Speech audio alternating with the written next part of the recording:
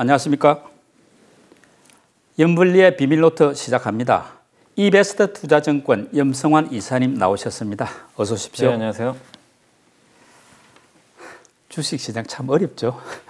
그러니까 하루하루가 뭐 좀 좋을만하면 다음날 또 이제 미국에서 뭔가 안 좋은 소식 날라오고, 예. 근데 또 안 좋으면 또 좋은 소식이 바뀌고, 그래서 좀 종잡을 수 없어서 굉장히 좀 힘든 한 주가 계속 이어지는 것 같습니다. 예.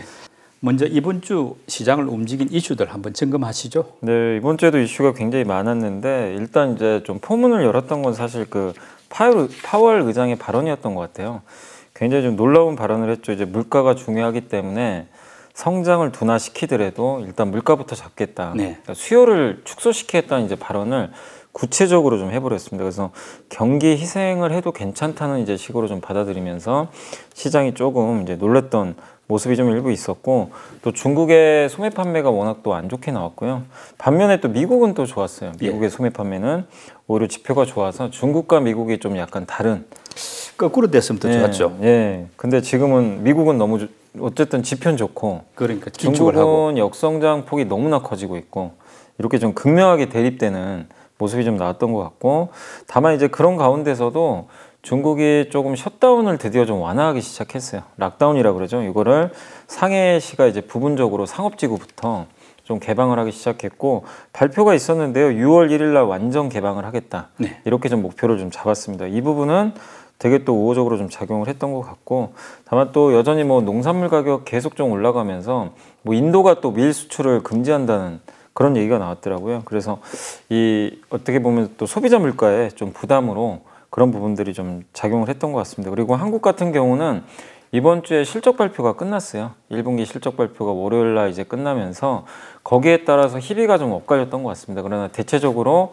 기업들의 영업이익이 이제 작년 동기 대비해서는 14% 정도 오르면서 어쨌든 전반적으로는 좋은 실적을 좀 발표했다라고 좀 보시면 좀 좋을 것 같고, 다만 이제 수요일 날 미국장이 워낙 좀 안 좋아가지고요. 그날 나스닥이 4.7%인가요? 폭락을 했는데, 그때 미국의 폭락의 이유가 타겟. 예. 타겟이라는 이제 유통사가 실적 발표를 했는데 매출은 좋았는데 이익률이 감소를 했는데 그 원인이 인건비, 비용 부담을 이제 호소를 했고, 이게 좀 더 이어질 것 같다. 그래서 미국 기업들의 이제 실적 공포가 이제 어떻게 보면 이제 확산이 됐던 거죠. 그러니까 경기 침체하고 이어지니까요. 네, 이어졌습니다. 그리고 실제 이제 소비가 둔화되지 않을까, 이런 이제 우려감들이 소비재 기업, IT 기업들로 확산이 되면서 거의 뭐 미국은 그날 투매가 나왔고, 다음날 이제 한국은 그래도 좀 견조했어요. 사실은 견조했지만 미국 증시의 영향을 좀 받으면서 어쨌든 다시 한번 또 2600선이 막 깨지는 그런 좀 불안정한 모습이 계속 나왔던 것 같습니다. 중국의 코로나 봉쇄 효과가 이제 경기 지표 부진으로 나타났지 않았습니까? 네. 4월 소비 판매 지표가 마이너스 11% 정도면 굉장히 나쁜 거거든요. 중국에서는. 뭐 소비, 생산, 투자 모두 이제 안 좋다 보니까 사실은 우리 시장에도 이제 부정적으로 작용했는데, 반대로 경기 부양의 필요성을 좀 더 키웠다는 측면에서는 호재 측면도 있는 거 아닙니까? 일단은 사실은 이제 뭐 방금 말씀하신 대로 이제 부양책 강도가 더 세질 것 같다, 이런 기대감은 분명히 있는 것 같아요.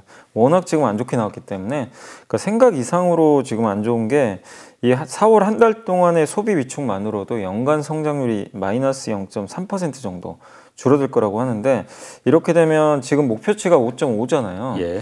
올해 성장률을 만약에 이 상태면 4.4 정도밖에 안 나올 것으로 좀 예상을 하고 있습니다. 그리고 최근에 부동산 가격이 뭐 코로나19 이후로 중국 부동산 가격이 많이 오른 건 아마 기사 통해서 보셨을 텐데, 올랐던 폭을 다 반납을 했대요. 중국의 부동산마저도.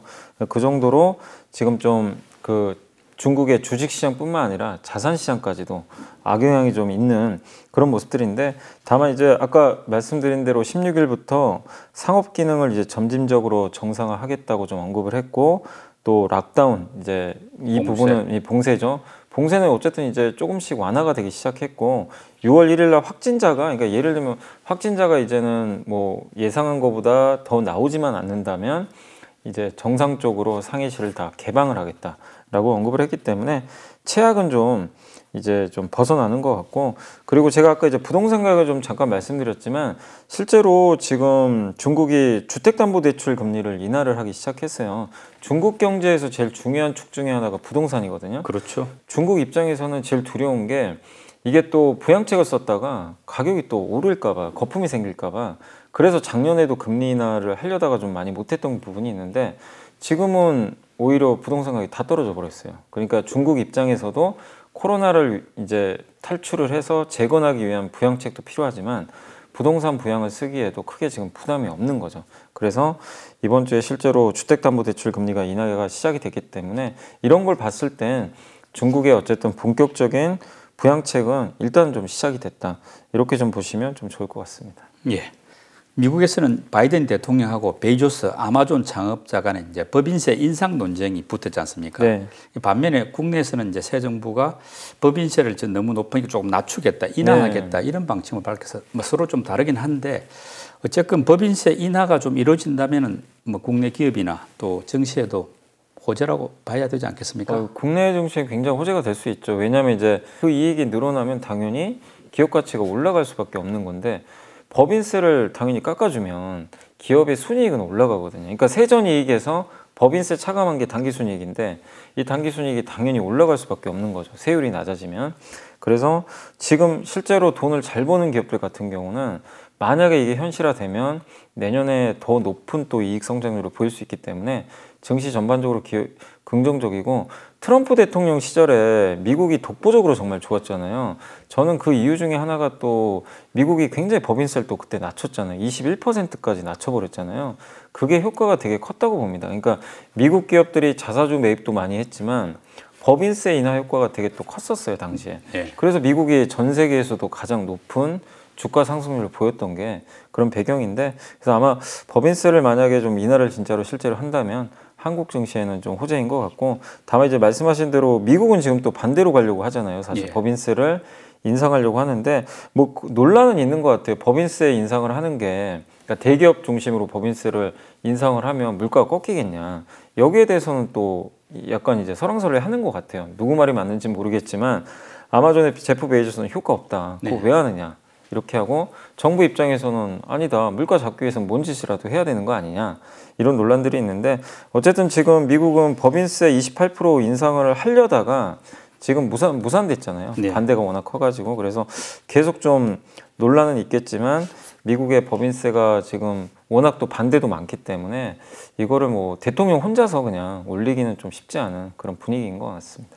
뭐 또 다른 그 이제 증시의 긍정적인 요인으로 보면은 이제 원달러 환율이 조금 잡힌 것 같더라고요. 네네. 한 1,300억 막 가지 않느냐 하다가 요거만 한 1,270원대 정도로 조금 이렇게 내려오고 뭐 그러다 보니까 이제 외국인 매수세도 좀 회복되는 것 같은데 이렇게 된 어떤 배경이 있습니까?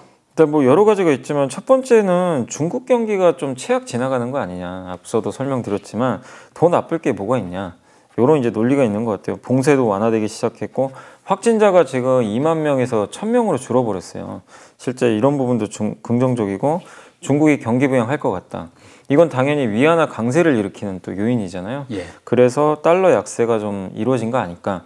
이게 하나고 또 유로화가 갑자기 좀 올라가 버렸습니다.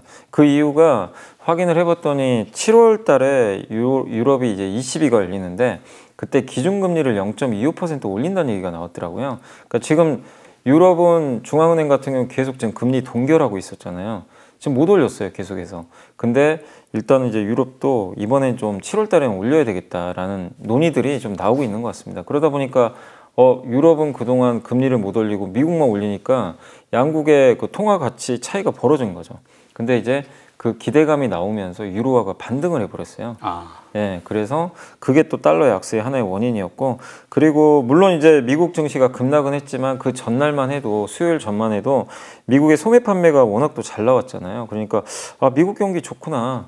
그러니까 그러다 보니까 이제 안전 자산보다는 위험 자산 쪽으로, 그러니까 달러는 안전 자산이잖아요. 뭔가 좀 경기가 안 좋거나 이럴 때 좀 올라가는 자산인데 경기에 대한 또 기대감이 생기다 보니까 달러가 좀 올라갔던 것 같아요. 그래서 이 세 가지가 그냥 좀 복합적으로 좀 작용하면서 이 달러가 좀 꺾였고 우리나라 원달러 환율도 좀 떨어지는 그런 모습이 좀 나왔던 것 같습니다. 근데 이게 계속 이어질지는 좀 두고 봐야 되겠죠. 미국도 워낙 지금 변동성이 크고 경기 침체 우려가 또 커지고 있어서 봐야 되겠지만 그래도 이런 요건들 중에서 1번, 2번 아까 중국 경기나 유로화 강세 요인은 좀 당분간은 이어질 수 있기 때문에 환율은 그래도 좀 진정되지 않을까라고 예상을 하고 있습니다. 예. 뭐 외국인이 좀 더 많이 사주면 좋은데 네. 뭐 약간 시계를 넓혀가지고 최근 한 달간 외국인들이 많이 산 종목들 한번 살펴봐 주시죠. 자, 외국인들이 이제 한 달간 많이 산 거는 가장 많이 산 건 기아입니다. 5,817억 샀고 SK텔레콤은 1,830억, 현대중공업을 1,731억, 우리금융지주를 1,659억, S오일을 1,277억, KTNG를 1,235억 샀고요.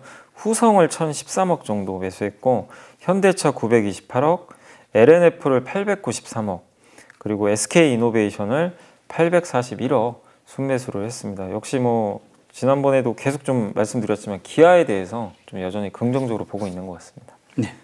외국인 같은 경우는 그동안 반도체, 뭐 삼성전자, 하이닉스 같은 게 계속 팔았지 않습니까? 네네. 그러다가 최근에 조금 다시 매수를 하는 것 같더라고요. 네.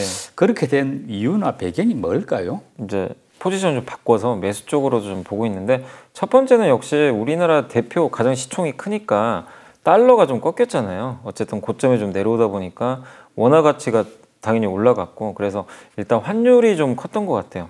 환율 영향으로 좀 일단은 한국의 원화 자산을 매수하면서 같이 들어왔던 것 같고 그 다음에 생각보다 지금 반도체가 그동안 계속 나왔던 게 수요 불안 막 이런 것들 때문에 너무 안 좋았잖아요. 네. 그러니까 지금 안 좋은 게 아니라 앞으로 안 좋을 것 같다. 근데 그것도 이미 이제 알려졌죠. 근데 그 가장 큰 배경이 중국이었잖아요. 근데 중국이 지금 봉쇄령을 조금씩 풀기 시작을 했고 부양책 얘기가 슬슬 나와요. 또 최근에 리커창 총리가 계속 오르내리더라고요. 근데 리커창 총리가 굉장히 부양에 또 적극적인 인물이다 보니까 중국이 이렇게 적극적인 부양책을 써주면 또 소비라든가 이런 것들이 개선되면서 중국 IT 수요가 늘어나지 않을까. 여기에 대한 기대감도 좀 있었던 것 같아요. 그러니까 그런 것들이 눈에 저번까지는 안 보였거든요, 전혀. 근데 이번 주 들어와서 좀 보이기 시작한 거죠. 그래서 좀 매수가 일부 좀 들어왔던 것 같고 그 다음에 반도체 시장이 지금 예상한 것보다 데이터 나온 것만 좀 말씀드리면 여전히 너무 좋아요. 그러니까 올해 초만 해도 반도체 시장이 한 4에서 10% 정도 성장할 줄 알았는데 지금 나온 수치는 뭐냐면 무려 23%나 성장을 한 거예요. 그러니까 예상보다 높은 성장으로 보이니까 아 우리가 너무 좀 보수적으로 본 거 아닌가 이런 이제 부분에 대한 그러니까 데이터가 생각보다 좀 괜찮았다는 것도 반도체를 좀 매수했던 이유인 것 같고 거기다 그리고 반도체가 그동안 구조적으로 맨날 사이클을 탔는데 지금 계속 나오는 얘기는 공급이 좀 늘기 어려울 것 같다라는 얘기들이 계속 나오는데 거기에 대해서 사실 그동안 외국인들은 별로 동의를 안 했죠. 근데 최근에 마이크론의 얘기도 일부 있었고 삼성전자 하이닉스도 계속 수익성 얘기를 했거든요. 그러니까 그런 것들에 대해서 좀 신뢰도가 좀 높아진 거 아닌가. 그래서 어느 하나의 요인보다는 이런 요인들이 그러니까 그동안은 계속 안 좋은 얘기만 나오다가 이번 주 들어와서는 이제 이런 좋은 뉴스들이 좀 부각이 되면서 좀 외국인들의 좀 시각이 일부 바뀐 게 아닌가. 근데 좀 아쉬웠던 건 뭐냐면 이런 부분들을 우리가 뭐 사실은 그전에도 몰랐던 건 아니에요. 근데 이제 무조건 악재만 봐요. 그 전만 해도. 근데 이번 주 들어와서는 약간 외국인들의 시각이 긍정론도 좀 보기 시작했다는 게 좀 약간 바뀐 분위기 아닌가라고 생각을 합니다. 기관들은 지난 한 달 사이에 어떤 종목들을 많이 매수했습니까? 네, 기관 투자들은 SK하이닉스를 제일 많이 샀고요. 2,588억, JB금융지주를 2,525. 이건 이제 그 지방은행 네, 금융지주. 배당주죠. 예. 그리고 현대차는 1,972억 샀고요. LG화학을 1,808억, 삼성전기를 1,315억, 신한지주를 1,221억, 페노션을 965억, 삼성 SDS를 957억, 한솔케미칼을 896억 샀고요. 마지막으로 아모레퍼시픽에 대해서 852억 정도 순매수를 했습니다. 그 한 달 동안에 개인들은 주로 어떤 종목을 많이 담았습니까? 네, 역시 뭐 많이 빠진 기업들 위주로 좀 샀는데 삼성전자를 1.9조 원 정도, 그러니까 1조 9천억을 순매수를 했고요. 네이버를 5,763억, LG전자를 4,142억, 카카오를 4,127억, LG생활건강을 3,663억, 펄어비스를 3,599억 샀고요. LG노텍을 2,122억, 하이브를 2,033억, 카카오뱅크를 1,860억, 오스템 임플란트를 1,587억 샀습니다. 근데 이 기업들 다 공통점이 정말 다 낙폭과대주거든요. 네. 그래서 저가에서 일단은 좀 매수를 했던 것 같습니다. 현재까지는 개인들 수익률이 썩 좋지는 못하겠네요. 네, 이렇게 주요 기업들을 보면은 좀 다 좋지는 않습니다. 낮은 주식들이니까. 네. 예. 그리고 지난 한 달 사이에 많이 오른 업종도 한번 살펴봐 주십시오. 예, 한 달 동안 이제 가장 많이 오른 업종은 그 스마트카, 이제 자율주행이라고 부르죠. 예. 스마트카 섹터가 무려 37%나 많이 올랐네요. 급등을 했고요. 두 번째가 건설기계, 뭐 굴삭기 관련주입니다. 24% 상승했고, 사료 업종이 13%, 도시가스 업종이 11% 올랐고요. UAM, 이제 에어택시라 그러죠. 11% 올랐고, 자원개발 관련주가 7%, 그리고 해운 업종이 6% 올랐고요. 통신 장비주가 5%, 태양광 관련 기업들이 한 3% 정도 올랐고, 우주항공, 이제 인공위성 관련 기업들이죠. 여기가 한 3% 정도 올랐습니다. 그래서 시장은 안 좋았지만 각각의 이제 개별 모멘텀 있는 기업들은 뭐 여전히 화려하게 좀 움직였던 것 같습니다. 이사님이 선정한 이번 주에 보고서 듣는 차례인데요. 오늘은 어떤 내용입니까? 요건 이제 하이투자증권의 이상원 연구원님이 윤석열 정부의 지배구조 개선이라 그래가지고 아마 많은 분들이 이렇게 되길 다 바라실 것 같아요. 그래서 그 내용인데, 이번에 실제로 이제 110대 국정과제 가운데 자본시장 혁신과 투자자 신뢰 제고로 모험 자본을 활성화하겠다라는 이제 그 국정과제가 나와 있었거든요. 이제 거기에 관련된 내용인데, 첫 번째가 이제 주식 금융투자 상품의 과세 대조를, 그러니까 세금이죠. 요거를 합리화하겠다. 그래서 사실은 이제 23년부터는 내가 이제 만약에 주식 투자하신 분이 5천만 원 이상 수익이 나면 그 이상분에 대해서 이제 양도세 부과가 지금 결정이 됐잖아요. 네. 이 법으로 이제 제정이 된 건데, 이거를 일단 폐지하겠다라고 이제 과제에 나와 있고, 다만 이제 뭐 100억 이상 정도 되시는 뭐 완전히 고액 자산가, 이분들 같은 경우는 아마 세금을 내야 될 것 같은데, 그 이하인 경우에는 이제 세금이 아예 없는 걸로, 양도세는 폐지하는 걸로 지금 방향을 일단 잡았다라고 좀 보시면 좋을 것 같고, 공매도 제도도 좀 일부 개선을 해서 개인들이 주식 빌릴 때 적용하는 담보 비율이 한 140% 정도 되거든요. 요거를 좀 축소하겠다라고 좀 거기 국정 과제에도 나와 있는 것 같습니다.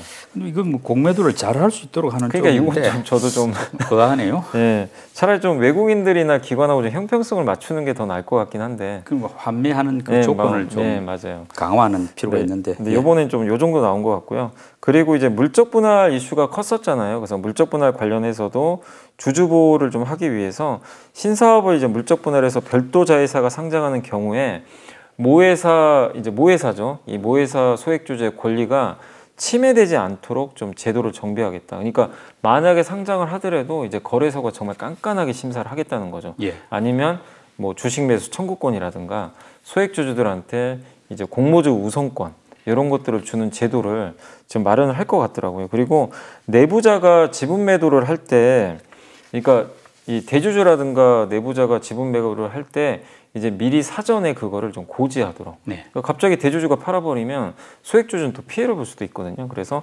그런 것들을 방지하기 위한 장치를 좀 마련할 것 같고, 또 주식 그 M&A 할 때 이런 일들이 많았잖아요. M&A를 하는 거는 뭐 그게 뭐 잘못된 건 아닌데 대주주만 좋은 거죠. 프리미엄을 받고, 예를 들면 대주주는 지금 10,000원짜리를 20,000원에 팔면 자기는 100% 수익이 나는데, 소액주주는 그냥 아무것도 받는 게 없잖아요. 보장받는 게. 오히려 뭐 마이너스를 네. 효과죠.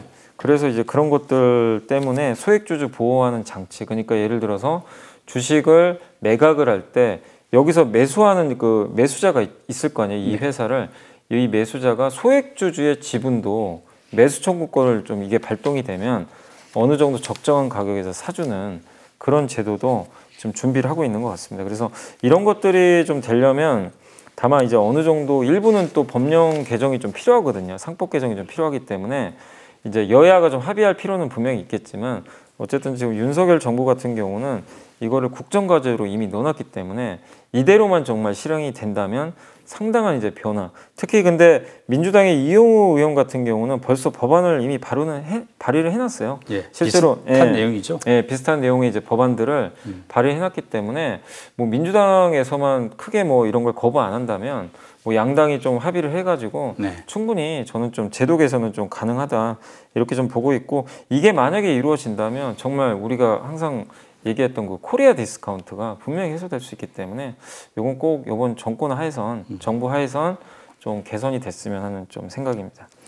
그 말하자면 이제 주주 가치 훼손하는 일이 적어져야 네. 결국은 자본시장도 활성화될 수 있지 않겠나. 네, 맞습니다. 예, 그런 방향을 가야 되는데, 아까 말씀 중에 네. 그 매수하는 회사 측에서 기존의 주주 거를 받아주는 것, 사주는 거에 의무 공개 매수 제도 의무 겁니까? 공개, 예, 맞습니다. 이 부분 한번 조금 더 상세하게 설명해 주셨으면 네, 합니다. 요게 이제 주식 지분을 사고 팔아서 경영권이 이제 바뀔 때 피인수 기업 이제 소액주주는 사실은 아무런 혜택이 없어요. 근데 대주주 지분을 이제 매각하는 거잖아요. 근데 대주주는 대부분 M&A 할 때 프리미엄이 붙잖아요. 네. 50%, 100%. 그럼 대주주는 그냥 지금 시가보다 훨씬 높은 가격에 팔아서 대주주 입장에선 뭐 좋은 거죠. 근데 소액주주는 그 프리미엄을 전혀 지금 지급을 못 받기 때문에 이건 좀 문제가 있다. 근데 이거를 이제 의무적으로 공개 매수하는 그런 쪽으로 지금 제도를 개선을 하는 것 같고요. 사실 이게 98년도 외환위기 당시에 구조조정을 좀 방해한다는 이유로 원래 이게 의무 공개 매수 제도가 있었거든요. 그전에 우리나라에도 있었어요. 예. 근데 IMF 때 없애버렸어요. 아, 근데 지금 시간이 이렇게 지났는데도 아직도 그냥 이제 법 제정이 다시 안 됐던 거죠. 그래서 요거는 어쨌든 이제 법이나 시행령, 규정 개정 등을 통해서 제도적 보완이 만약에 확충이 된다라면은 소액주주 당연히 가치가 올라가죠. 그럴 수 있기 때문에 좋은 것 같고, 그 다음에 제가 이제 한 가지 말씀 안 드린 게 보고서에 나온 건 아닌 게 뭐 이번 주에 나왔던 그래도 좀 흐뭇한 뉴스가 하나 있어요.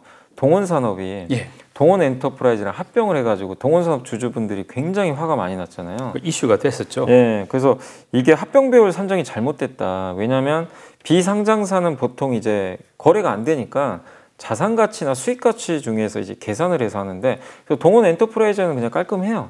비상장이니까. 근데 여기 이제 대주주가 많이 갖고 있죠. 근데 동원산업은 상장해서 하는데 합병을 하는데, 동원산업 가치를 뭘로 계산할 거냐 이거죠. 지금 시가냐, 자산 가치냐. 지금 시가로 계산하면 24만 원이에요, 주당. 네. 근데 자산 가치가 38만 원이 나옵니다. 그럼 주주분들 입장에서 당연히 자산 가치로 하는 게 훨씬 유리하잖아요. 훨씬 예. 비싸게 해야 훨씬 더 이득인데 이거를 시가로 해버린 거예요. 24만 원에. 그래서 이제 주주분들이 반발을 한 거죠. 그 30% 이상 할인된 가치로 해버리니까. 가치죠. 예. 예. 그러니까 이제 동원산업에 이제 가서 따진 거죠. 왜 이렇게 주주 가치를 훼손을 하느냐. 근데 이게 사실은 엄밀히 말씀드리면 법으로 문제가 없어요. 제도가 그렇게 돼 있어요. 오늘 시가로 해도 돼요. 근데 저는 이제 동원산업이 좀 전향적으로 생각을 바꿔서 이번에 자산 가치로 바꿔서 다시 얘기를 해버렸어요. 그러면 38만 원으로 이제 가치에 이제 동원 엔터프라이즈랑 합병을 하게 되는 거죠. 그렇게 되면 이제 동원산업이 주주분들이 원하는 식으로 됐고, 그러니까 결국 저는 옛날하고 달라진 게 이젠 진짜 소액주주분들이 뭔가 합심해서 예. 의견을 주장하면 뭐 기업이 일단은 이제 받아주기 시작을 했어요. 그래서 저는 동원그룹도 잘한 것 같고, 그 다음에 소액주주분들의 이건 노력이라고 생각합니다. 당연히 또 많은 언론에서 많이 알리셨더라고요. 예. 이쪽에서도. 그래서 이런 것들이 이제 앞으로 계속 동원산업 같은 사례가 계속 나온다면 이제 다른 기업들도 함부로 소액주주 가치를 훼손 못 시킬 수 있기 때문에 저는 굉장히 좀 의미 있는 그런 좀 사건이 발생했다고 보고 있습니다. 그러니까 뭐 좀 잘 나가는 회사 물적 분할해가지고 네. 또 그러다 보면은 동시 상장해버리면 소액주주 가치가 훼손되고 네, 맞아요. 굉장히 많았지 않습니까? 네. 앞으로는 조금 자제된다고 기대도 되겠습니까? 되고 동원산업도 어쨌든 주주한테 유리한 쪽으로 어쨌든 바꿔버렸잖아요. 거기 주주들한테 이제 유리한 쪽으로 갔고, 그리고 지금 국정과제도 이런 것들을 방금 설명드린 대로 유리한 쪽으로 좀 이제 법 제도가 아마 개선될 것 같아요. 네. 그럼 기업들도 거기에 따라야 되거든요. 그래서 앞으로는 좀 좋은 방향으로 저는 충분히 갈 수 있다고 생각합니다. 이번 주 정치도 일정이 많은데 특히 주목해야 될 변수들이 있다면 어떤 것들일까요? 근데 제일 중요한 거는